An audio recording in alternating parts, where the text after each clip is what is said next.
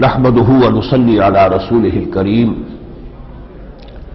اما بعد فاعوذ بالله من الشيطان الرجيم بسم الله الرحمن الرحيم ان الذين آمنوا والذين هادوا والنصارى والصابئين من آمن بالله واليوم الآخر وعمل صالحا فلهم أجرهم عند ربهم ولا خوف عليهم ولا هم يحزنون صدق الله العظيم۔ سورہ بقرہ کا جو نصف اول ہے 18 رکوع پر مشتمل، اس میں سے ہم 7 رکوع پڑھ چکے ہیں۔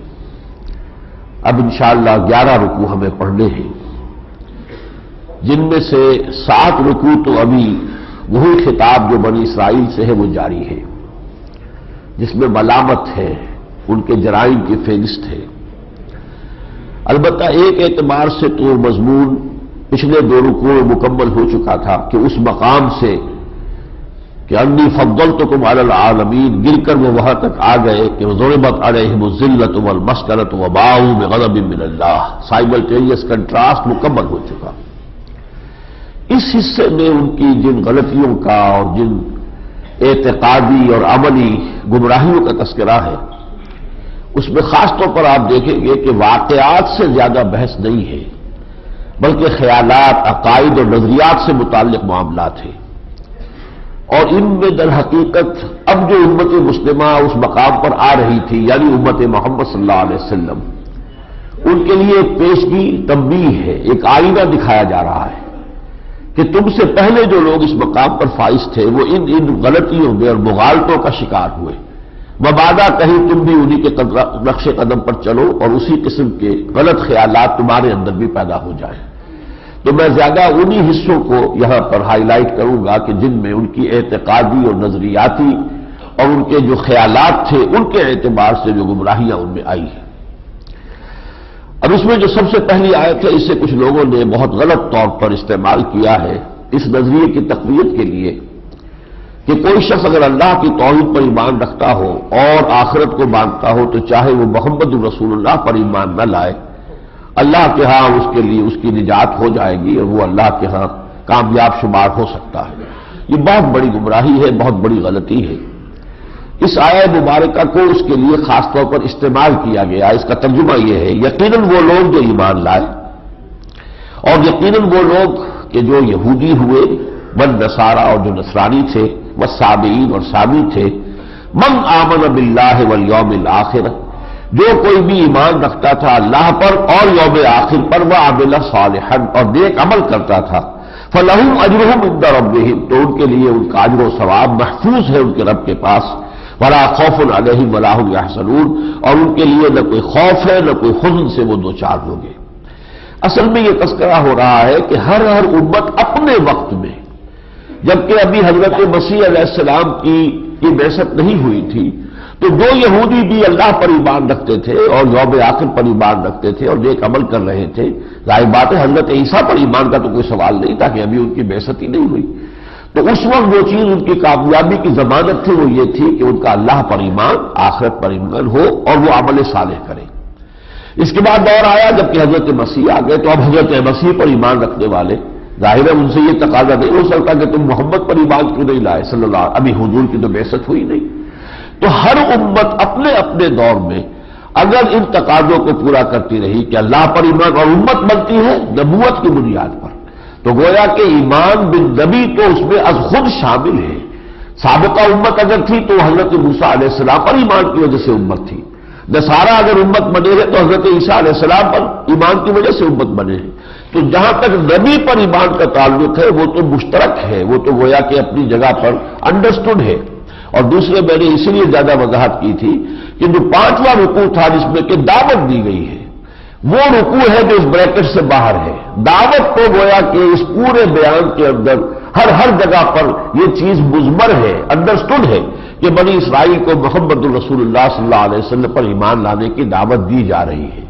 لہذا اس قسم کا کوئی مغالطہ پیدا کرنا کہ حضور کی بعثت کے بعد کوئی شخص محض توحید اور ایمان بالآخرت اور نیک اعمال کی بنیاد پر نجات کا امیدوار ہو سکتا ہے، یہ خیال جو ہے یہ بہت ہی بے بنیاد ہے اور بہت بڑی گمراہی پر مبنی ہے۔ اس کے بعد جیسا کہ میں نے عرض کیا ہے، ان کے جو اور بہت سے جو غلط ان کے طرز عمل ہے ان کا تذکرہ موجود ہے، اور اسی میں سبت کے بارے میں ان کے ایک گروہ نے جو ان کا حکم تھا ہفتے کے دن کوئی کاروبار دنیاوی نہیں ہوگا، اس کو جس طریقے سے تعبیر کا انہوں نے تختہ مشق بنایا اس کا تذکرہ ہے۔ پھر حضرت موسیٰ علیہ السلام نے ان سے کہا تھا کہ اللہ کا حکم ہے کہ ایک گائے کو ذبح کرو، تو بجائے اس کے کہ ایک جو سیدھا طریقہ ہے کہ جو حکم دیا گیا ہے اس کو بجا لایا جائے، مین بیخ اس گائے کا رنگ کیسا ہو، وہ کیسی ہونی چاہیے، اس کے بارے میں کچھ اور بتائیے وغیرہ وغیرہ، سوال در سوال، سوال در سوال، کہ جو اصل میں ایک کٹ حجتی اور ایک کٹ ذہنیت کی علامت ہے اس کا تذکرہ ہے۔ اسی طریقے سے ان کے بعد اور واقعات کے بعد پھر جو الفاظ آئے ہیں وہ میرے اور آپ کے لیے بھی لرزا دینے والے الفاظ ہیں۔ ثم قست قلوبکم من بعد ذلک، تو اے بنی اسرائیل پھر تمہارے دل سخت ہو گئے سب کے بعد، تمہارے اس طرز عمل کی وجہ سے، تمہاری اس کفران نعمت کی وجہ سے، تمہاری اس معصیت کی روش کی وجہ سے دل تمہارے سخت ہو گئے۔ فہی کالحجارۃ او اشد قسوۃ، تو اب وہ پتھروں کے مانند ہو چکے ہیں بلکہ سختی میں ان سے بھی زیادہ، اشد قسوۃ۔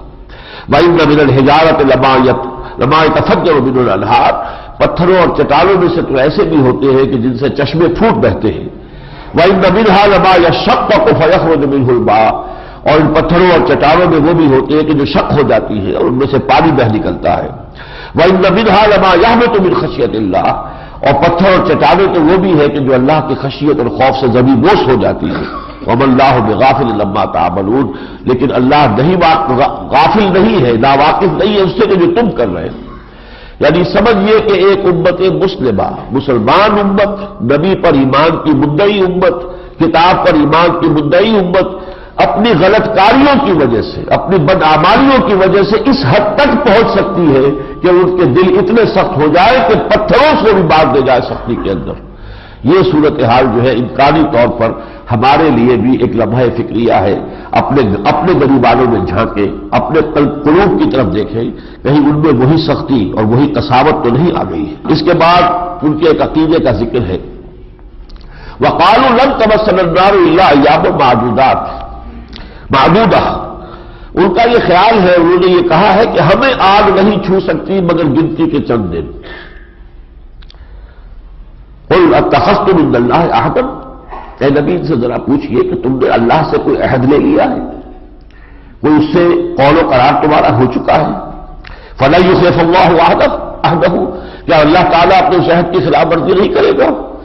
ام تقولون علی اللہ ما لا تعلمون، یا تم اللہ کی طرف منسوب کر رہے ہو وہ چیز کہ جس کا تمہیں علم نہیں ہے۔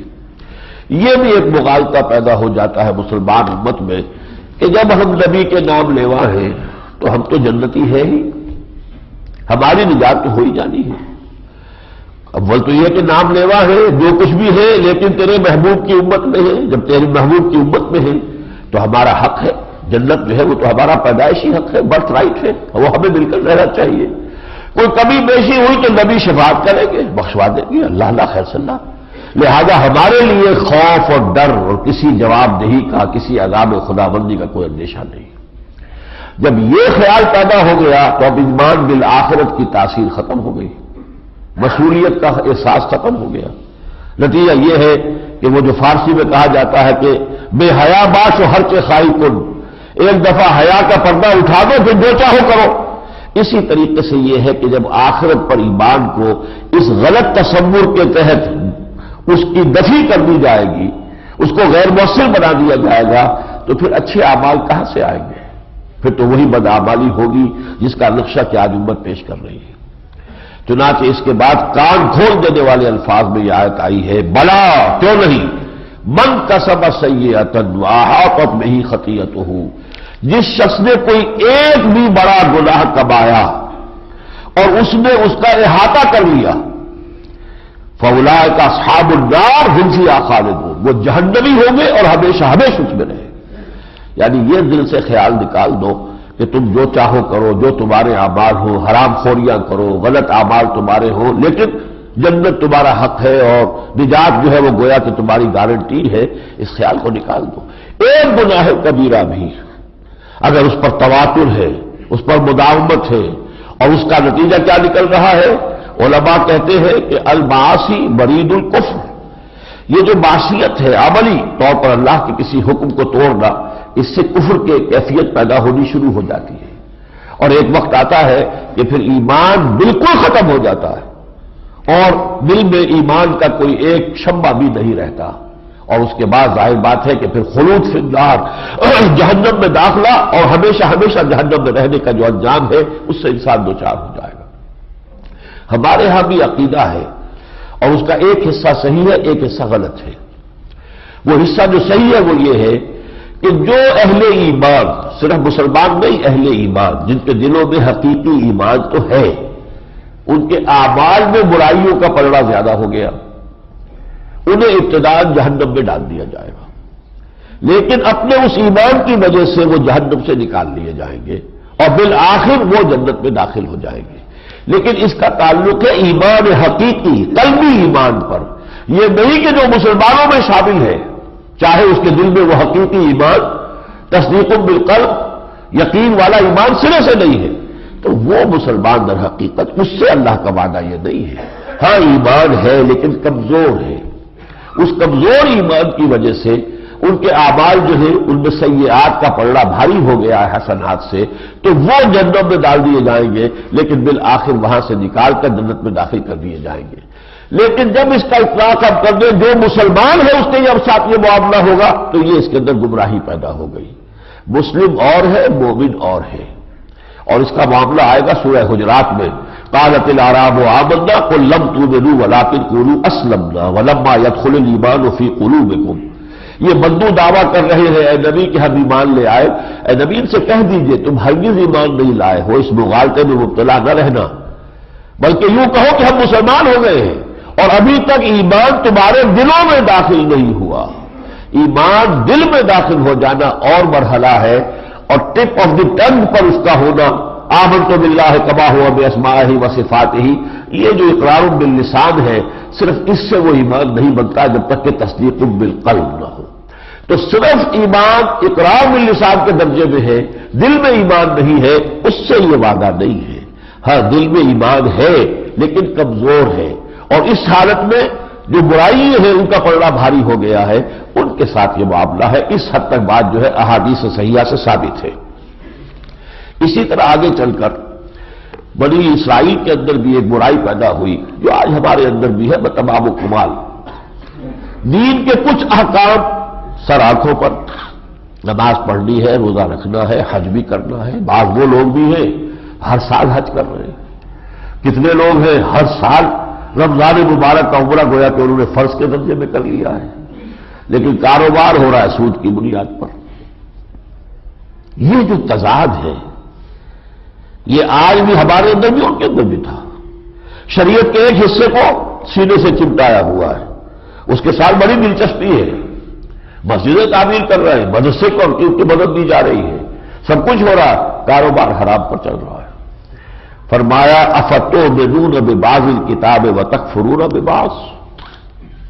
اب دیکھیے یہ خطاب ہے بنی اسرائیل سے، لیکن میں آپ کو بتا چکا ہوں حضور کا قول لیاتین علی امتی ما اتی علی بنی اسرائیل حزب النار من نار، وہی تمام حالات وارد ہوں گے، وہی کیفیات پیدا ہوگی۔ حضور نے ایک اور حدیث میں فرمایا لتتبعن سنت من قبلکم، تم لازماً پیروی کرو گے انہی کے راستے کی جو تم سے پہلے تھے، یہاں تک فرمایا کہ اگر وہ گوہ کے بل میں گھسے تھے تو تم بھی گھسو گے، اور اگر ان میں کوئی شقی ایسا اٹھا کہ اس نے اپنی ماں سے زنا کیا تھا تو تم میں بھی کوئی بدبخت ایسا ضرور پیدا ہوگا جو اپنی ماں سے زنا کرے گا۔ وہی حالات ہیں، وہی نظریات ہیں۔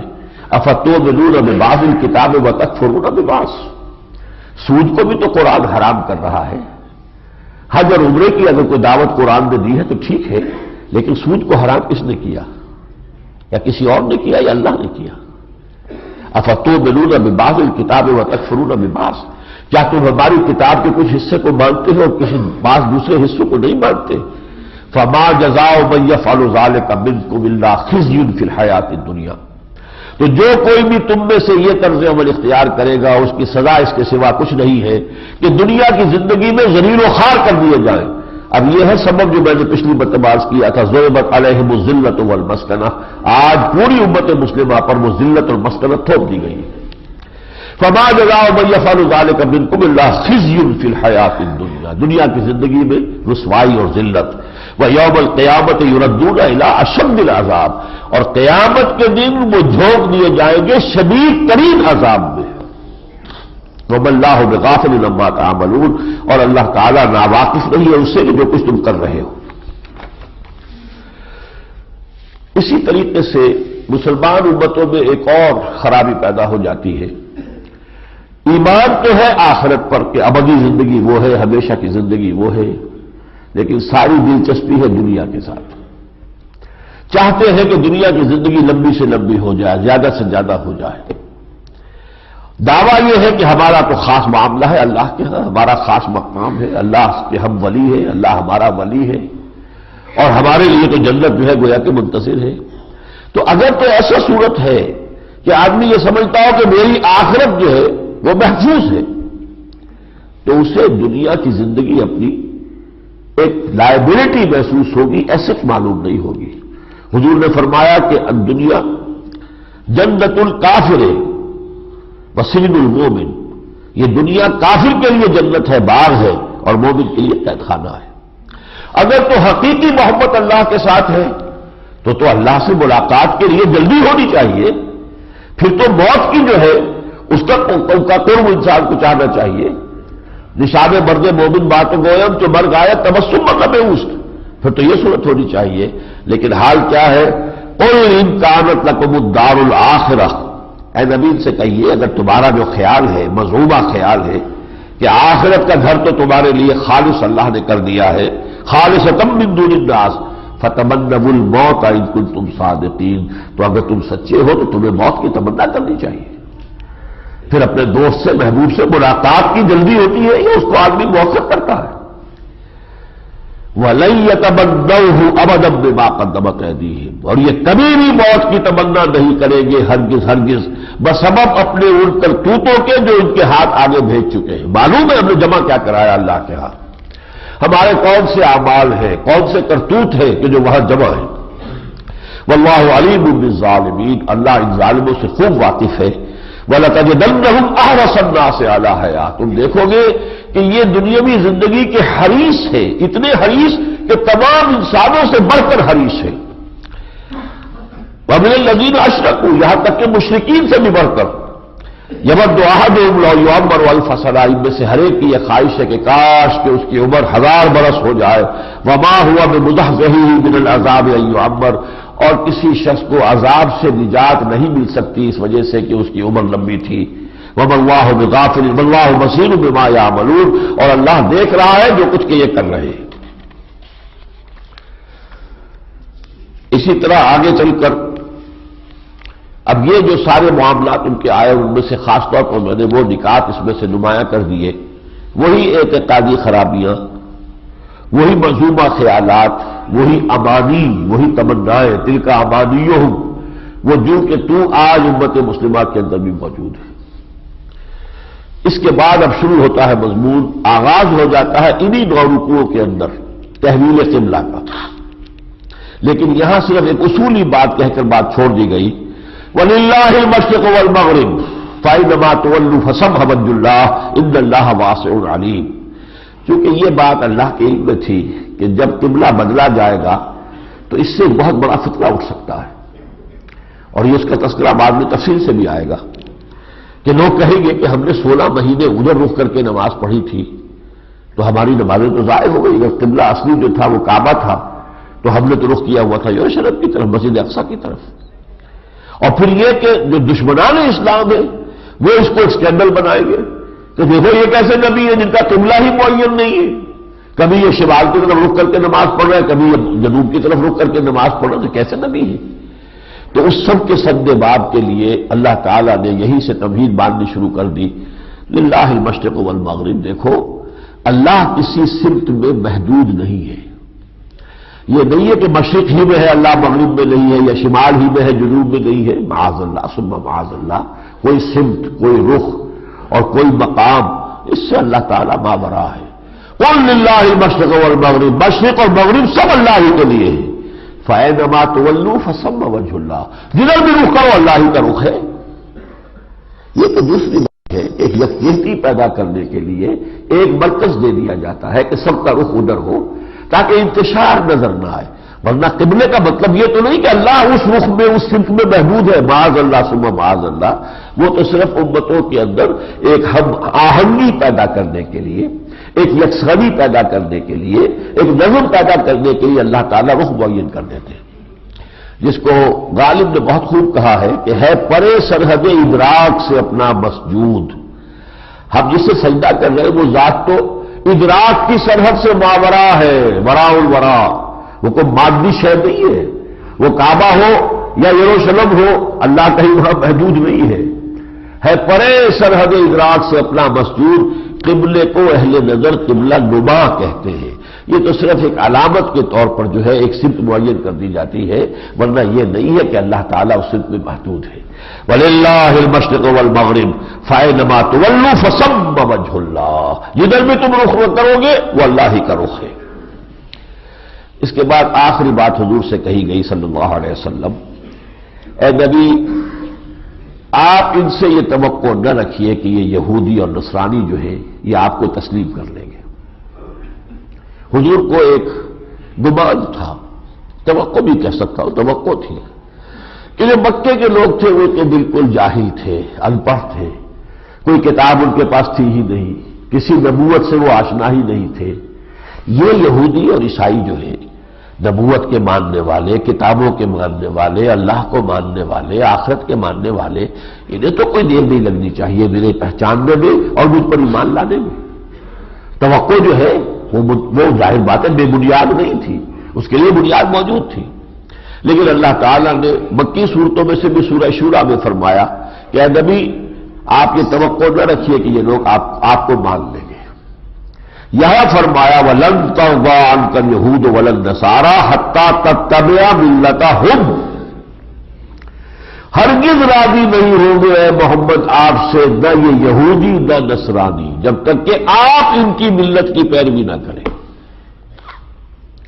وہ اپنی بات چھوڑ کر آپ کے پیچھے آنے کو تیار نہیں ہے، تکبر ہے ان میں، اور اس تکبر کی بنیاد پر ابو جہل محروم رہا، ابو لہب محروم رہا، اسی طریقے سے یہ علماء یہود اور علماء نصرانی یہ بھی جو ہے محروم رہیں گے، یہ ہرگز نہیں مانیں گے آپ کی بات کو۔ لن ترضى عنك اليهود ولا النصارى حتى تتبع ملتهم قل ان هدى الله هو الهدى، کہہ دیجئے ہدایت تو اللہ کی ہدایت ہے۔ وَلَئِنِ اتَّبَعْتَ أَهْوَاءَهُمْ، اب دیکھیے یہ نوٹ آف کاشن، اے نبی اگر کہیں آپ نے ان کی خواہشات کی پیروی کرنی بفرض محال، بعد الذی جاءک من العلم، اس کے بعد کہ آپ کے پاس یہ صحیح علم قرآن کی شکل میں آ چکا ہے، ما لک من اللہ من ولی ولا نصیر، تو پھر آپ کو اللہ کی پکڑ سے بچانے والا کوئی آپ کا حمایتی اور مددگار نہیں ہوگا۔ نو کمپرومائز واٹس ایور، الحق من ربکم، یہ تمہارے رب کی طرف سے حق ہے جو میں پیش کر رہا ہوں۔ فمن شاء فلیؤمن ومن شاء فلیکفر، جو چاہے ایمان لائے جو چاہے کفر کرے، لیکن ان کو راضی کرنے کے لیے کوئی کمپرومائز کسی درجے میں ان کی کسی غلط بات کو تسلیم کر لینا، اس سے بار بار قرآن مجید میں حضور کو روکا گیا ہے۔ اس کا امکان بھی نہیں تھا، لیکن یہ کہ اس کو در حقیقت اہل ایمان کو بتایا جا رہا ہے، اور وہ ان کو بتایا جا رہا ہے کہ ہمارا نبی ہرگز کسی معاملے میں مجاہدت سے کام نہیں لے سکتا اور تمہاری کسی غلط بات کو تسلیم نہیں کرے گا، وہ تو سیدھی بات ہے، اما شاکرم و اما کفورا، یہ تمہارا اختیار ہے، چاہو تسلیم کرو چاہے نہ کرو۔ اس کے بعد ایک آیت جو بڑی اہم آئی ہے، الذین آتیناہم الکتاب یتلونہ حق تلاوتہ، وہ لوگ کہ جنہیں ہم نے کتاب عطا کی ہے وہ تو اس کی تلاوت کرتے ہیں جیسے کہ اس کی تلاوت کا حق ہے۔ ظاہر بات ہے کہ اللہ کی کتاب جس قوم کو ملی ہو، اب اس قوم کے نگاہوں میں اس کی جو قدر ہونی چاہیے، جتنی دلچسپی کے ساتھ، محبت کے ساتھ، احترام کے ساتھ، تعظیم کے ساتھ اس کی تلاوت، اور یہ تلاوت کا لفظ جو ہے یہ دو معنی دے رہا ہے۔ ایک معنی جو تلاوت پڑھنا، یتلونہ پڑھتے ہیں اسے جیسا کہ پڑھنے کا حق ہے، لیکن تلا یتلو کے معنی ہے کسی چیز کے پیچھے پیچھے آنا، والشمس وضحاها والقمر اذا تلاها، قسم ہے سورج کی اور اس کے دھوپ کی، اور قسم ہے چاند کی جبکہ اس کے پیچھے پیچھے آتا ہے۔ سورج غروب ہو رہا ہے، چاند طلوع ہو رہا ہے۔ تو یہاں تلا یتلو کے معنی قرآن کی پیروی بھی ہے، اسے پڑھو بھی، اس پر عمل بھی کرو، اس کی پیروی کرو، اس کو اپنا امام بناؤ، اس کے پیچھے چلو۔ الذین آتیناہم الکتاب یتلونہ حق تلاوتہ اولئک یؤمنون بہ، جو لوگ کہ یہ دونوں حق پورے کرنے کتاب کے وہی ہے کہ جو اس پر ایمان رکھنے والے ہیں، ورنہ زبان سے کہنے والے تو بہت ہیں۔ تو آج کا پر ایمان کا دعویٰ تو یہودی کر رہے تھے، لیکن سورہ جمعہ میں فرمایا مثل الذین حملوا التوراۃ ثم لم یحملوها کمثل الحمار یحمل اسفارا، مثال اس قوم کی جسے حامل تورات بنایا گیا تھا، پھر اس نے اس کی ذمہ داریوں کو ادا نہیں کیا، ان گدھوں کی سی ہے کہ جن پر کتابوں کا بوجھ لاد دیا گیا۔ اس پہ میں اس لیے زور دے رہا ہوں کہ ہم میں سے بھی ہر شخص کو اپنے گریبان میں جھانکنا چاہیے، اس قرآن کے ساتھ ہمارا تعلق کیا ہے، اس کی تلاوت کا فی الواقع شوق کتنا ہے، اور اس کی پیروی کا کتنا کچھ قصد اور ارادہ اور عزم ہے۔ اگر یہ دونوں چیزیں نہیں ہیں تو پھر ہمارا قرآن پر ایمان نہیں ہے۔ اولئک یؤمنون بہ، قرآن کہہ رہا ہے صرف وہ لوگ جو یہ حق تلاوت ادا کرتے ہیں وہ ہیں کہ جو حقیقت میں ایمان رکھنے والے ہیں۔ وَمَن يَكْفُرْ بِهِ فَأُولَٰئِكَ هُمُ الْخَاسِرُونَ، اور جو اس کا انکار کرتے ہیں، کفر کرتے ہیں، تو وہ خسارے میں رہیں گے۔ یہاں گویا کہ یہ بات بنی اسرائیل کو بھی بتائی جا رہی ہے، تم نے تورات کا حق ادا نہیں کیا۔ تورات میں نشانیاں موجود ہیں محمد رسول اللہ صلی اللہ علیہ وسلم کی، کتاب الاستثناء میں 18ویں باب کی 18ویں آیت میں وضاحت کے ساتھ حضور کی پیشن گوئی ہے، لیکن رد کر رہے، نہیں مانتے۔ اور اس میں ایک آئینہ مسلمانوں کو دکھایا جا رہا ہے، اے مسلمانوں کہیں تمہارا بھی یہی طرز عمل نہ ہو جائے کہ کتاب کو پس پش ڈال دو، کتاب سے تمہارا تعلق صرف زبانی کلامی رہ جائے۔ یہاں آ کر اب وہ دو آیتیں پھر آ گئی جس سے کہ بریکٹ بند ہو رہی ہے، یا بنی اسرائیل اذکروا نعمتی التی انعمت علیکم وانی فضلتکم علی العالمین۔ چھٹے رکوع کی پہلی آیت اور یہ 15ویں رکوع کی پہلی آیت بین ہی وہی ہے، ایک شوشے کا فرق نہیں، اسی لیے میں نے اسے بریکٹ سے تعبیر کیا ہے۔ چھٹے رکوع کی پہلی دو آیتوں سے بریکٹ شروع ہوئی ہے اور 15ویں رکوع کی پہلی دو آیتوں میں بریکٹ ختم ہو رہی ہے۔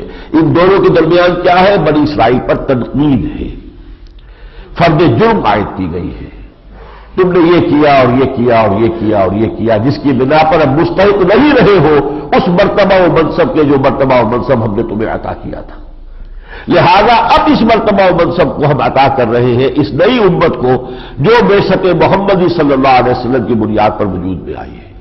یا بنی اسرائیل اذکروا نعمتی التی انعمت علیکم وانی فضلتکم علی العالمین واتقوا یوما لا تجزی نفس عن نفس شیئا ولا يقبل منها عدل ولا تنفعها شفاعة ولا هم ينصرون۔ وہی چار چیزیں ہیں، ذرا سی ترتیب اس میں مختلف ہے۔ ڈرتے رہو اس دن سے جس دن کوئی جان کسی دوسرے کے کام نہیں آ سکے گی، نہ کسی سے کوئی فدیہ قبول کیا جائے گا، نہ ہی کوئی شفاعت نفع بخش ہوگی، مفید ہوگی، نہ ہی کسی طرف سے کوئی مدد مل سکے گی۔ یہ ہے قیامت کے دن کے بارے میں دو مرتبہ اس سورہ مبارکہ میں یہ الفاظ ہم نے پڑھ لیے، وَاتَّقُوا يَوْمًا لَا تَجْزِي نَفْسٌ عَن نَفْسٍ شَيْئًا وَلَا يُؤْخَذُ مِنْهَا عَدْلٌ وَلَا تَنفَعُهَا شَفَاعَةٌ وَلَا هُمْ يُنصَرُونَ۔ اب اس کے بعد وہ چار رکوع شروع ہو رہے ہیں، دو آیتیں چھوڑ دیجیے اس میں سے، باقی چار رکوع جو ہے یہ تحویل قبلہ کا مضمون ہے۔ لیکن تحویل قبلہ کا مضمون جس حکمت کے ساتھ آیا قرآن مجید میں، اس کی یہ دیکھیے ترتیب کے پہلے حضرت ابراہیم کا ذکر آ رہا ہے۔ خانہ کعبہ کا معمار کون تھا؟ ابراہیم اور ان کے بیٹے اسماعیل علیہ السلام۔ اور یروشلم کو آباد کرنے والے کون تھے؟ حضرت سلیمان۔ ہیکل سلیمانی بنانے والے کون تھے؟ حضرت سلیمان۔ حضرت سلیمان کون ہے؟ وہ کون سی پشت میں ہے؟ حضرت ابراہیم کی نسل میں سے، ٹھیک ہے، حضرت ابراہیم ہی کی نسل ہے۔ حضرت ابراہیم کے بیٹے اسحاق، ان کے بیٹے یعقوب، یعقوب سے بنی اسرائیل کی نسل چلی، اسی میں سے حضرت سلیمان ہے، حضرت داؤد ہے علیہ السلام۔ لیکن حضرت ابراہیمی کی ایک دوسری شاخ بھی تو ہے، ان کے بڑے بیٹے اسماعیل بھی تو تھے، اور ان کی اولاد ہے یہ بنی اسماعیل کے جو یہاں مکے میں آباد ہے، اور ان میں ہے محمد الرسول اللہ صلی اللہ علیہ وسلم۔ اور یہ گھر جو ہے مکے میں دنیا کے متقدوں میں پہلا وہ گھر خدا کا ہم اس کے پاسباں ہیں، وہ پاسباں ہمارا. یہ گھر جو ہے کس کا بنایا ہوا؟ ابراہیم کا بنایا ہوا ہے. اور ابراہیم کا طرز عمل کیا تھا؟ وَإِذِ ابْتَلَىٰ إِبْرَاهِيمَ رَبُّهُ بِكَلِمَاتٍ فَأَتَمَّهُنَّ. یاد کرو جب کہ ابراہیم کو آزمایا ان کے رب نے، بہت بڑے بڑے امتحانات میں سے گزارا، بڑے بڑے امتحانات میں سے. اندازہ کیجئے 100 برس کا بوڑھا جسے دعائیں مانگ مانگ کے ایک بیٹا ملا، اور وہ بیٹا اب ہوا ہے فلما بلغ معه السعي، اب کچھ بھاگ دوڑ کے قابل ہوا ہے، جسے ہم کہتے ہیں بازو بن گیا ہے باپ کا، اور آخری امتحان لیا جا رہا ہے اسے ذبح کر دو ہمارے حکم سے. کائنات لرز اٹھی ہوگی، اور رسول اللہ کے بندے نے چھری اٹھائی ہے، چلائی ہے. یہ آخری امتحان ہے. اس سے پہلے جو امتحانات ہوئے ہیں، جو آگ میں ڈالے گئے، جو نبوت کے جا کے دربار میں جس طریقے سے آنکھوں میں آنکھیں ڈال کر باتیں کی ہے، اسے لاجواب کیا ہے، پوری قوم کو جیسے فیس کیا ہے، بتوں کو توڑ پھوڑ کر رکھ دیا ہے، پورا پھر ہجرت کی ہے، گھر بار چھوڑا ہے. پوری زندگی امتحانات پر مشتمل ہے. وَإِذِ ابْتَلَىٰ إِبْرَاهِيمَ رَبُّهُ بِكَلِمَاتٍ فَأَتَمَّهُنَّ قَالَ إِنِّي جَاعِلُكَ لِلنَّاسِ إِمَامًا. تب اللہ نے کہا تھا ابراہیم سے کہ اے ابراہیم میں تمہیں تمام نوع انسانی کے لیے امام بنانے والا ہوں. یہ امامت الناس ملی ہے حضرت ابراہیم کو اس پورے ordeal سے گزرنے کے بعد، شدید ترین امتحانات کو پاس کر لینے کے بعد. انی جاعلک للناس اماما. قال ومن ذریتی، انہوں نے پوچھا اور میری نسل، میری اولاد کے بارے میں؟ قال لا ینال عہد الظالمین. فرمایا میرا یہ عہد جو ہے ظالموں کے ساتھ متعلق نہیں ہوگا.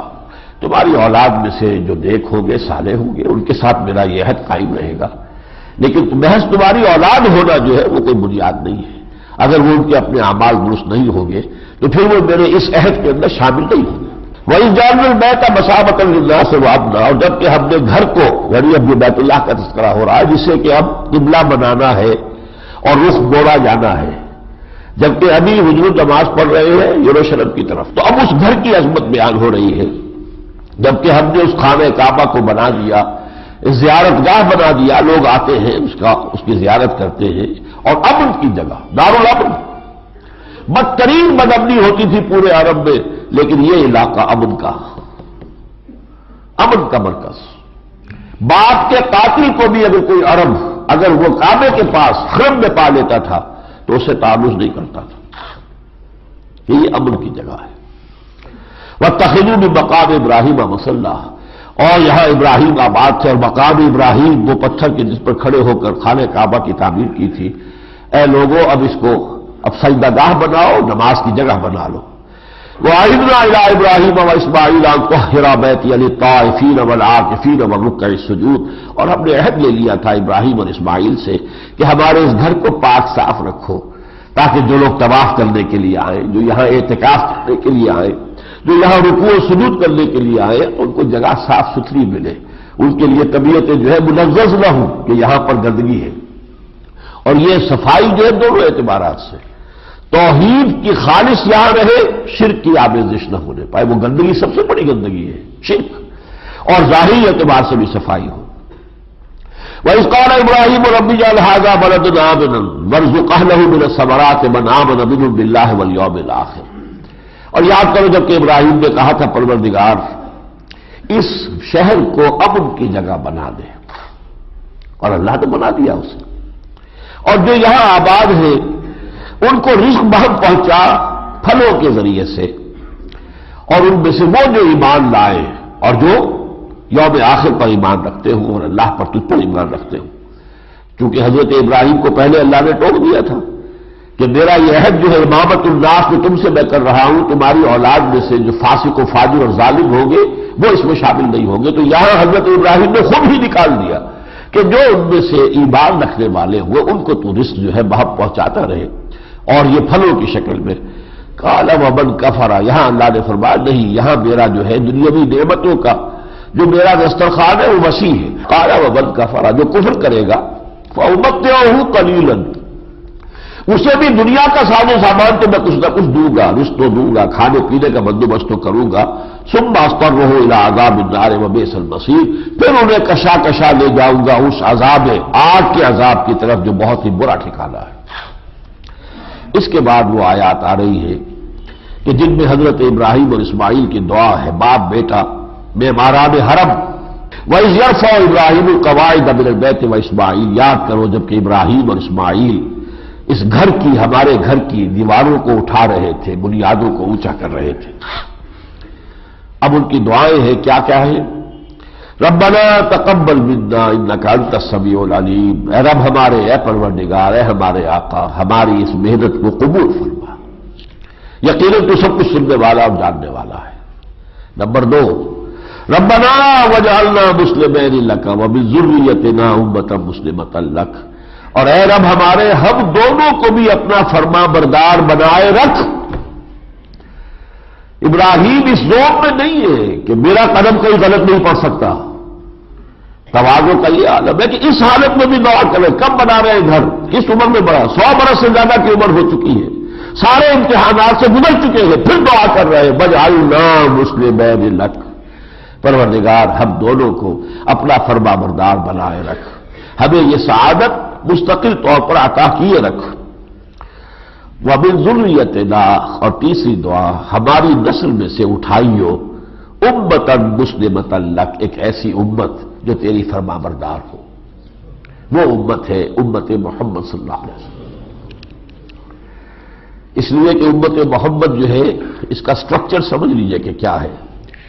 جیسے کہ سٹرکچر آف دی ایٹم آپ کے ذہن میں ہوگا، ہر ایٹم کا ایک نیوکلیس ہوتا ہے، اور پھر اس کے گرد جو ہے الیکٹرانز ہوتے ہیں، نیوکلیس کے اندر پروٹونز ہیں اور نیوٹرونز ہیں، اور الیکٹرانز ہیں کہ جو گرد اس کے چکر لگاتے ہیں۔ امت مسلمہ کا نیوکلیس ہے، یہ بنی اسماعیل پر مشتمل ہے، حضور انہی میں سے تھے، امیین انہی کا خطاب ہے۔ هو الذی بعث فی الامیین رسولا منہم یتلو علیہم آیاتہ، حضور کی بنیادی بعثت، پہلی بعثت، اولین بعثت بنی اسماعیل کے لیے، لیکن پھر وآخرین منہم لما یلحقوا بہم، پھر دوسری قومیں آتی چلی گئی، مصری آ گئے، شامی آ گئے، ایرانی آ گئے، ترک آ گئے، ہندی آ گئے، سندھی آ گئے، بربر آ گئے، آتے چلے گئے۔ یہ نیوٹرونز ہیں، الیکٹرونز ہیں کہ جو پھر رہے ہیں۔ تو اصل امت جو ہے وہ در حقیقت حضرت اسماعیل کی اولاد، بنو اسماعیل امیین، انہی کا خطاب ہے۔ وَمِن ذُرِّيَّتِنَا أُمَّةً مُسْلِمَةً لَكَ، ہماری اولاد میں سے بھی ایک امت اٹھائی ہو جو تیری فرما بردار ہو۔ وَأَرِنَا مَنَاسِكَنَا، اور ہمیں ہمارے جو عبادت کے جو مراسم ہیں وہ ہمیں دکھا دے، حج کریں تو کیسے کریں۔ وَتُبْ عَلَيْنَا، اور تو ہم پر عنایت فرما، إِنَّكَ أَنْتَ التَّوَّابُ الرَّحِيمُ، یقیناً تو بہت ہی عنایت فرمانے والا، رحم فرمانے والا ہے۔ اب آخری آیت چوتھی دعا۔ پہلی دعا، ہماری اس محنت کو قبول فرما کہ ہم تیری عبادت کے لیے یہ گھر تعمیر کر رہے ہیں۔ دوسری دعا، پروردگار ہم دونوں کو اپنا فرما بردار بنائے رکھ، ہمارے کہیں قدم نافرمانی کی طرف نہ اٹھ جائیں، اپنی حفاظت میں رکھ۔ اور تیسری دعا، ہماری اولاد میں سے ایک امت مسلمہ برپا کیجو۔ اب یہ چوتھی دعا ہے، وَبَعْثْ فِيهِمْ رَسُولًا مِّنْهُمْ، پروردگار ہماری اس امت میں سے جو ہماری نسل میں سے پیدا ہوگی، اس میں ایک اپنا رسول اٹھائیو، منہم، جو انہی میں سے ہو، اجنبی نہ ہو، باہر سے آنے والا نہ ہو، انہی کی زبان بولنے والا ہو، ان کا جانا پہچانا ہو۔ ربنا وبعث فیہم رسولا منہم یتلو علیہم آیاتک، جو انہیں تیری آیات پڑھ کر سنائے، وَيُعَلِّمُهُمُ الْكِتَابَ وَالْحِکْمَةَ، انہیں کتاب اور حکمت کی تعلیم دے، وَيُزَکِّیہم، اور ان کا تزکیہ کرے، انہیں پاک کرے، إِنَّکَ أَنْتَ الْعَزِیزُ الْحَکِیم، یقیناً تو ہی ہے زبردست اور تو ہی ہے کمال حکمت والا۔ یہ گویا کہ تمہید ہو رہی ہے کہ ابراہیم کی نسل کی ایک شاخ تو تم تھے اے بنی اسرائیل، ابراہیم ہی کی نسل کی دوسری شاخ یہ ہے۔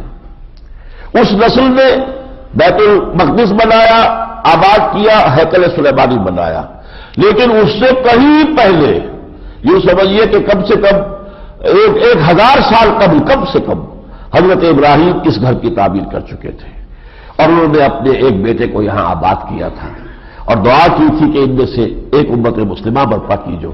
اور اس کے لیے ایک رسول مبعوث کیجو جو انہیں تیری آیات سنائے اور ان کا تزکیہ کرے، انہیں تعلیم کتاب و حکمت دے۔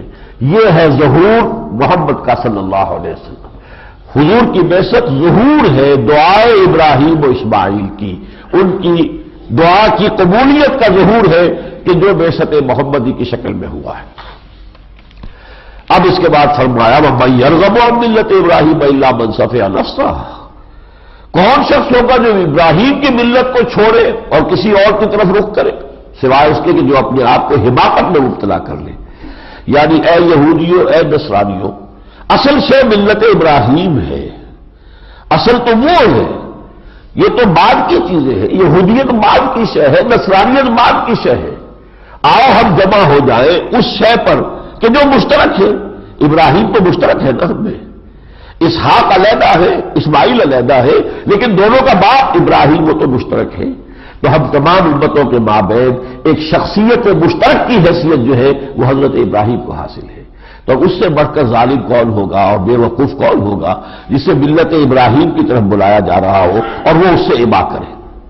اس کے بعد حضرت ابراہیم علیہ السلام کی جو انہوں نے اپنی اولاد کے لیے جو کچھ وصیتیں چھوڑی، وَوَصَّىٰ بِهَا ابراہیم وَبَنِيهِ وَيَعْقُوب، اسی بات کی کہ لوگوں، اے میری نسل کے لوگوں، اللہ کی توحید پر قائم رہنا، اس کے دین کو مضبوطی سے تھامے رکھنا۔ اسی کی پھر وصیت حضرت یعقوب علیہ السلام نے کی، جبکہ ان کی موت کا وقت آیا ہے تو انہوں نے کہا اذ حضر یعقوب الموت اذ قال لبنیہ، جبکہ انہوں نے کہا اپنی اولاد سے 12 کے 12 بیٹوں کو جمع کر کے فرمایا ما تعبدون من بعدی، میرے بعد کس کی عبادت کرو گے؟ قالوا نعبد الہک و الہ آبائک ابراہیم و اسماعیل و اسحاق، کہا ہم بندگی کریں گے جو آپ کا الہ ہے اللہ، اور جو الہ ہے آپ کے آباء و اجداد کا، ابراہیم کا، اسماعیل کا اور اسحاق کا، الہ واحدہ، وہ ایک ہی اللہ ہے، ایک ہی الہ ہے، وَنَحْنُ لَهُ مُسْلِمُونَ، اور ہم تو اسی کی فرما برداری کریں گے۔ جب یہ عہد لے لیا اب فرمایا تِلْكَ أُمَّةٌ قَدْ خَلَتْ، یہ سنایا جا رہا یہود کو، دیکھو یہ لوگ، یہ امت وہ تھی جو گزر چکی، ابراہیم فوت ہو چکے، اسماعیل فوت ہو چکے، یعقوب فوت ہو چکے، اسحاق فوت ہو چکے، لہا ما کسبت وَلَكُمْ مَا كَسَبْتُمْ، ان کے لیے ہے جو کچھ کہ انہوں نے کمایا اور تمہارے لیے وہ ہوگا جو تم کماؤ گے۔ پدرم سلطان بود پر دھوکہ نہ کھاؤ کہ ہمارا باپ، ہمارے آباء و اجداد ٹھیک ہے، تھے تو آباء وہ تمہارے ہی، مگر تم کیا ہو، ہاتھ پر ہاتھ دھرے منتظر فردا ہو۔ تو یہ نسبت کام نہیں آئے گی۔ تلک امۃ قد خلت لہا ما کسبت ولکم ما کسبتم ولا تسألون عما كانوا يعملون۔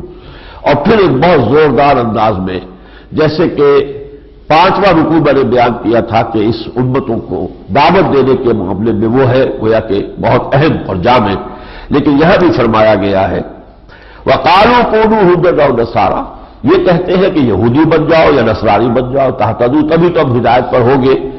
قُلْ بَلْ مِلَّةَ إِبْرَاهِيمَ حَنِيفًا، نبی کہہ دیجئے نہیں، بلکہ ملت ابراہیم، یہودیت بعد کی شے ہے، نصرانیت بعد کی شے ہے، ہم تو ملت ابراہیم کو اختیار کرتے ہیں یکسو ہو کر، اور وہ ابراہیم بھی یکسو تھے، وما کان من المشرکین، وہ ہرگز مشرکین میں سے نہیں تھے۔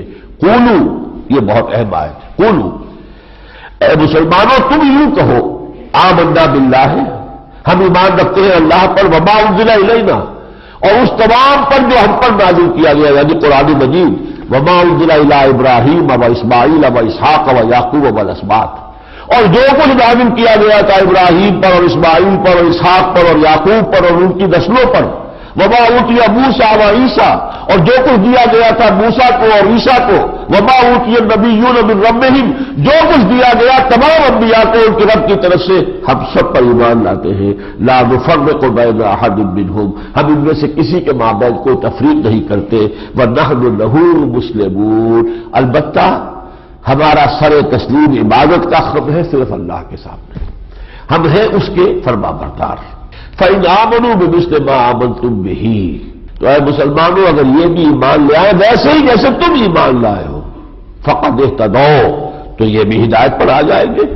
وَإِنْ تَوَلَّوْا، اور اگر وہ روگردانی کرے، رخ موڑ لے، فَإِنَّمَا هُمْ فِي شِقَاقٍ، تو جان لو کہ وہ زندہ میں مبتلا ہو چکے ہیں، ان پر ضد اور ہر دھرمی جو ہے مسلط ہو چکی ہے. فَسَيَكْفِيكَهُمُ اللَّهُ، تو اے نبی آپ پرواہ نہ کریں ان کی ساری ریشہ دوانیوں اور سازشوں کے مقابلے میں اللہ آپ کی مدد کے لیے کافی ہے. فَسَيَكْفِيكَهُمُ اللَّهُ وَهُوَ السَّمِيعُ الْعَلِيمُ، اور یقیناً وہ سب کچھ سننے والا اور سب کچھ جاننے والا ہے.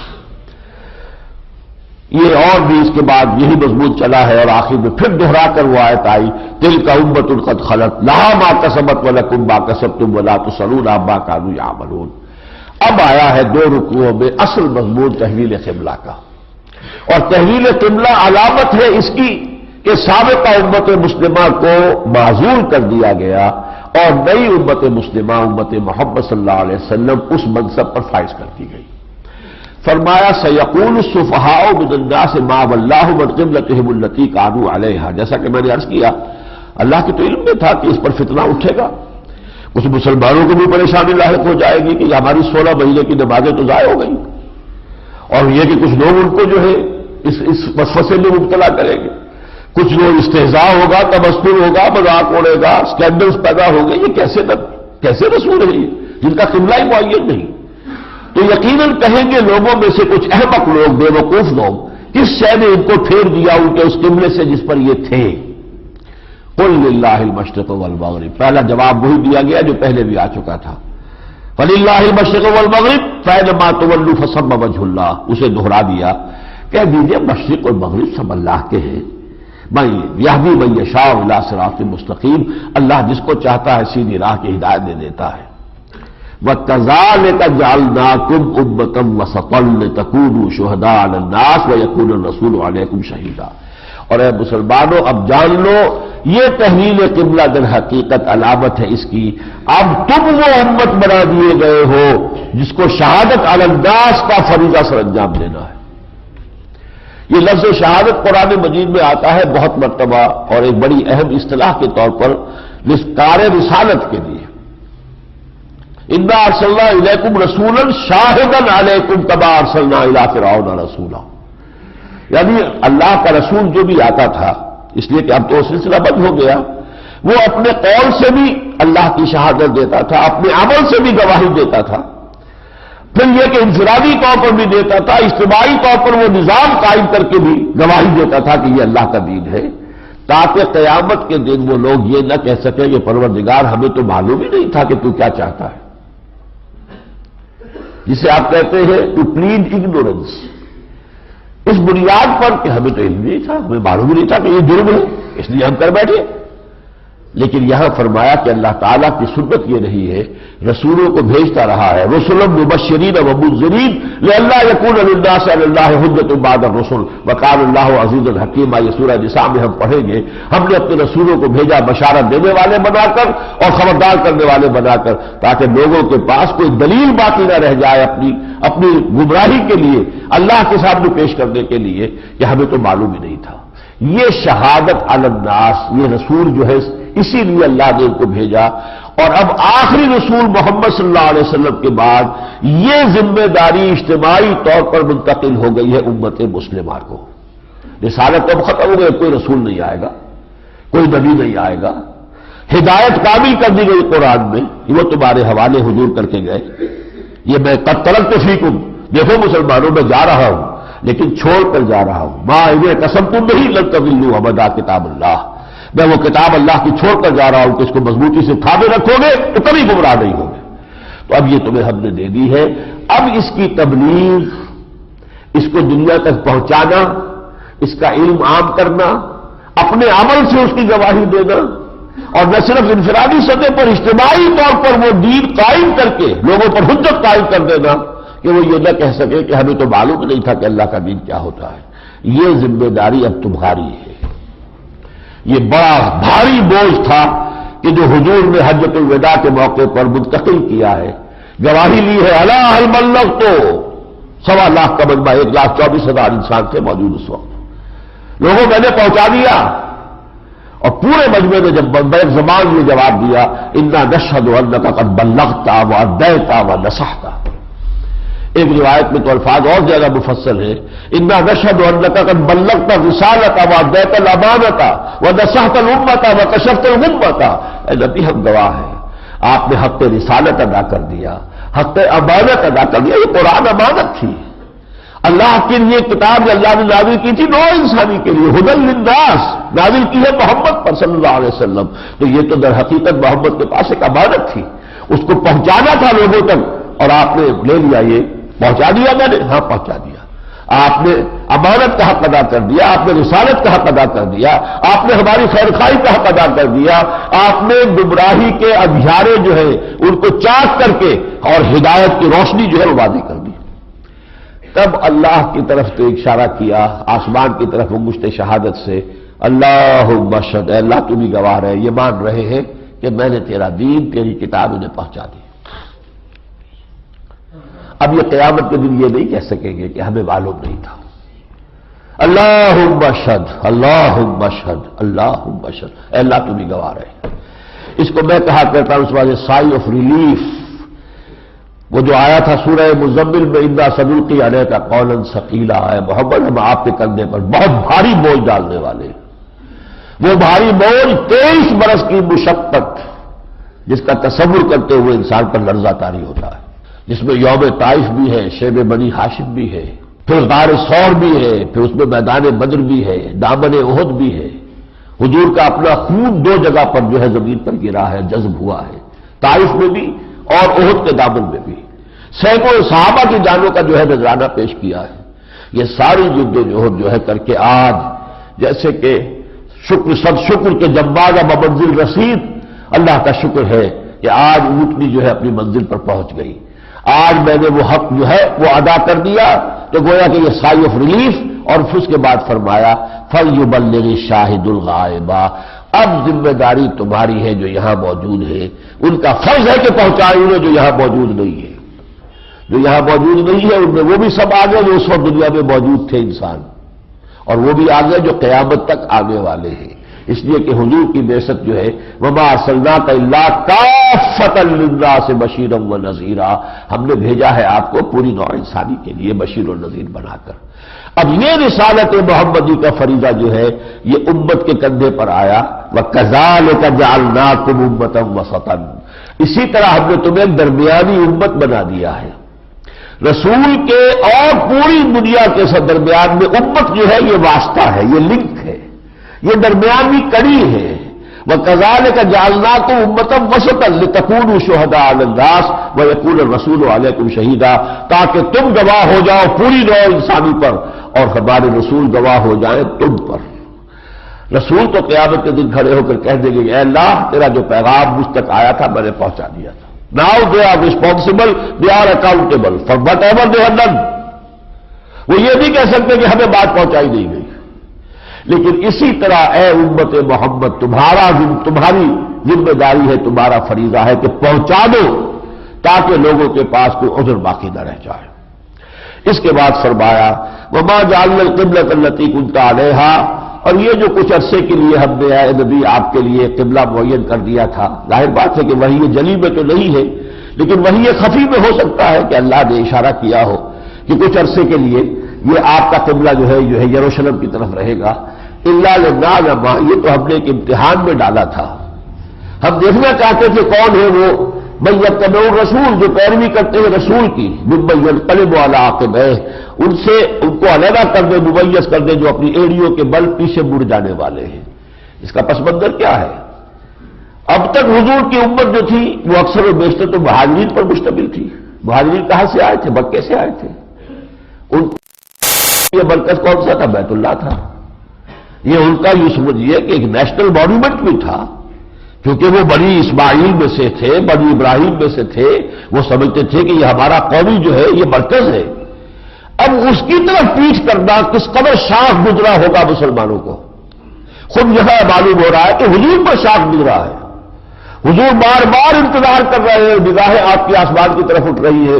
قد نرى تقلب وجهك في السماء فلنولينك قبلة ترضاها، اے نبی ہم آپ کی نگاہوں کا آسمان کی طرف بار بار اٹھنا دیکھتے رہے ہیں کہ کب آئے یہ تحویل قبلہ کا حکم. شاخ گزرا ہے حضور پر، خانہ کعبہ کی طرف پشت.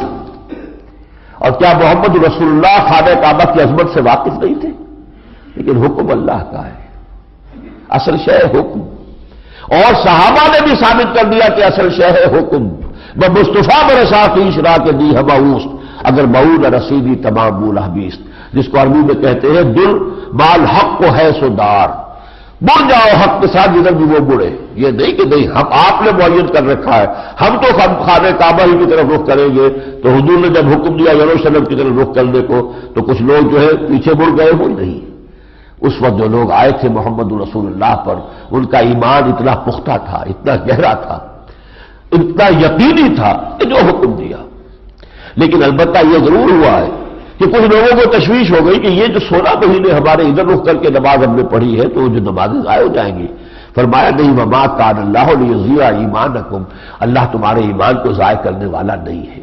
وہ نمازیں ضائع ہو جائے تو ایمان ضائع ہو جانے والی بات ہے، اس لیے کہ یہ تو سب سے بڑا ستون ہے. لیکن نہیں، یہ تو جو حکم اس وقت تھا وہ نمازیں ٹھیک تھی، اور جو حکم اب ہے اس کی پیروی کرو گے یہ نمازیں بھی ٹھیک ہوگی. تو کسی سمت کے ساتھ محدود نہیں ہو. تمہارا جو اصل تعلق ہے وہ اللہ کے حکم اور اس کے رسول کی پیروی میں ہے. وہ پیروی جدھر بھی ہو حق دربار حق میں ہے سدار، جدھر وہ مڑے تم بھی مڑ جاؤ. اب اس کے بعد کافی اس میں لے دے جو 2 رکوعوں تک ہے کہ یہ یہودی اب یہ کہیں گے اور یہ سارے ان کے اوپر اعتراضات بھی ہے مسلمانوں تم پر کریں گے، لیکن بار بار آ رہا ہے کہ اب ہم نے یہ فیصلہ کر دیا ہے، اب یہ قبلہ جو ہے مسلمانوں کا یہ خانہ کعبہ ہے، اب تمہیں اسی کی طرف رخ کرنا ہے، چاہے سفر میں ہو چاہے حضر میں ہو. وَمِنْ حَيْثُ خَرَجْتَ فَوَلِّ وَجْهَكَ شَطْرَ الْمَسْجِدِ الْحَرَامِ، جہاں سے بھی نکلنا ہو رخ تمہارا مسجد حرام کی طرف رہے گا. آخر میں جو مضمون آیا ہے اس کا اس کی طرف میں جا رہا ہوں. کما ارسلنا فیکم رسولا منکم، دیکھو اے بنی اسماعیل ایسے ہی ہے کہ جو ہم نے بھیج دیا ہے تم میں اپنا رسول تم ہی میں سے. یہ دعا ابراہیم و اسماعیل جو 15ویں رکوع میں ہم پڑھ کر آئے تھے اس کی طرف اشارہ ہو رہا ہے. محمد کی بعثت در حقیقت ظہور ہے اس دعا کا جو ابراہیم اور اسماعیل نے مانگی تھی علیہم الصلاۃ والسلام. کما ارسلنا فیکم رسولا منکم یتلو علیکم آیاتنا، وہی الفاظ جو تلاوت کرتا ہے تم کو پڑھ کر سناتا ہے ہماری آیات. وَيُزَكِّيكُمْ، تمہیں پاک کر رہا ہے، تزکیہ کر رہا ہے. وَيُعَلِّمُكُمُ الْكِتَابَ وَالْحِكْمَةَ، تمہیں کتاب اور حکمت کی تعلیم دے رہا ہے. وَيُعَلِّمُكُمْ مَا لَمْ تَكُونُوا تَعْلَمُونَ، اور تمہیں وہ ساری باتیں بتا رہا ہے اور سکھا رہا ہے جو تم نہیں جانتے تھے. فَاذْكُرُونِي أَذْكُرْكُمْ، تو دیکھو مسلمانوں مجھے یاد رکھو میں تمہیں یاد رکھوں گا. یہ بڑا ایک لطیف مقام ہے. بندے کا اور اللہ کا 2 طرفہ تعلق ہے. تم میری مدد کرو میں تمہاری مدد کروں گا. ان تنصروا اللہ ینصرکم، اگر تم اللہ کی مدد کرو گے تو اللہ تمہاری مدد کرے گا. تمہاری ساز باز ہو اللہ کے دشمنوں سے، باغیوں سے، غداروں سے، اور تم چاہو کہ اللہ تمہاری مدد کرے. ای خیانت و محالست و جنون، تم اللہ کے ساتھ وفاداری کا ثبوت دو اللہ مدد دے گا. فاذکرونی اذکرکم، تم مجھے یاد رکھو میں تمہیں یاد رکھوں گا. ایک حدیث میں آتا ہے اگر میرا بندہ مجھے اپنے دل میں یاد کرتا ہے میں بھی اسے اپنے دل میں یاد کرتا ہوں، اور اگر میرا بندہ میرا ذکر کسی محفل میں کرتا ہے میں اس سے کئی اعلیٰ محفل میں اس کا ذکر کرتا ہوں. وہ اعلیٰ محفل ہے ملائکہ مقربین کی. خدا خود میر محفل بود اندر رامکاں خسرو، محمد شمع محفل بود شب جائے کہ من بودم، وہاں ذکر ہوتا ہے میرا فلاں بندہ میرا ذکر کر رہا ہے. فرمایا فاذکرونی اذکرکم واشکرونی، میرا شکر ادا کرو. جو نعمتیں میں نے تمہیں دی ہے یہ نعمت قرآن، سب سے بڑی نعمت رسالت محمد صلی اللہ علیہ وسلم، اس کا حق ادا کرو. ولا تکفرون، اس کے اندر ناشکری نہ کرو، ان کا انکار نہ کرو. بارک اللہ لی ولکم فی القرآن العظیم ونفعنی وإیاکم بالآیات والذکر الحکیم.